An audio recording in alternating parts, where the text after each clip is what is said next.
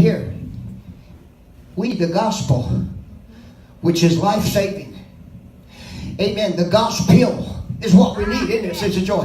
The gospel. Amen. We need the gospel preached to us. The laws of God, amen, presented to us to make us feel guilty.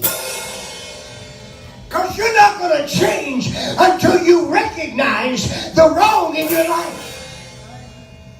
And some people say, I want to make this thing right. Don't you? I want to make this right. Now, I'm preaching to me. I may be looking at all of you, but look here. We all need this gospel message. Amen. This saving grace to help us overcome. There are circumstances sometime out of our own control that creates chaos. Still, there are times when our own action or inaction is the source of the chaos that we're experiencing. I'm glad y'all here today.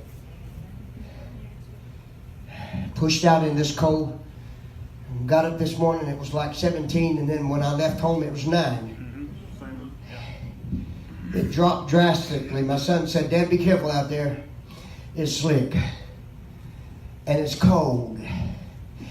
People with heart conditions, cold is very pressing.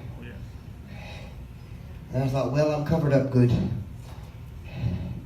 David said in the NIV Bible, Psalms 51:10, create in me a pure heart, O God, and renew I like what he said, a steadfast spirit in me.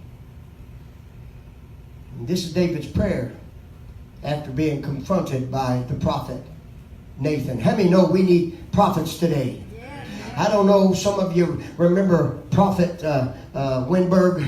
Amen. He prophesied to me, prophesied to my mother-in-law, prophesied to my wife.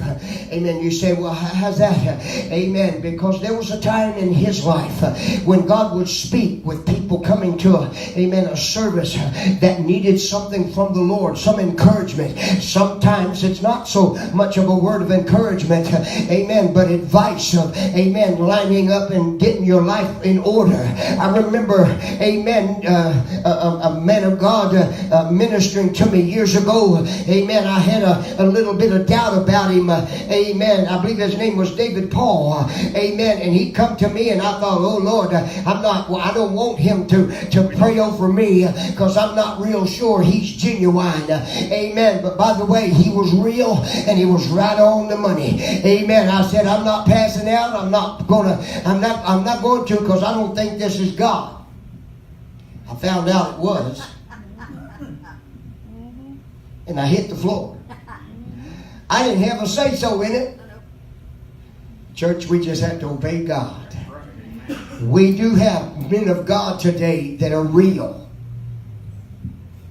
You need to get caught up in the Spirit enough that you'll be able to discern who is and who ain't. Pardon my English. Amen. But that's how it is. I want to know who's real. Amen. Don't give me somebody that's going to sugarcoat this gospel. Amen. And pat me on the back. It's all right to do this and that. It's not all right. Sin's going to send you straight to hell. Amen. And I don't want to be a part of it.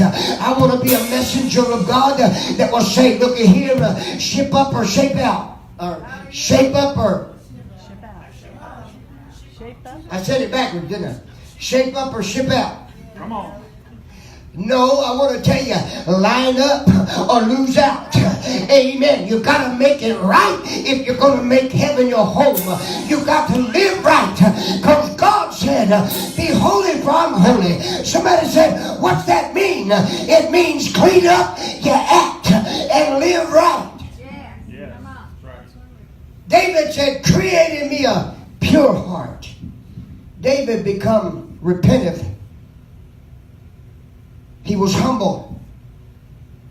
Even though he was humble, his life was filled with chaos.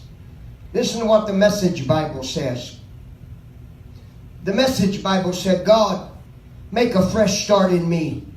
Shape a new beginning week from the chaotic situation of my life. We need fresh starts. We decide in our lives that change is good. A fresh start. wiping the slate clean. David cried out and said it like this: God, give me a do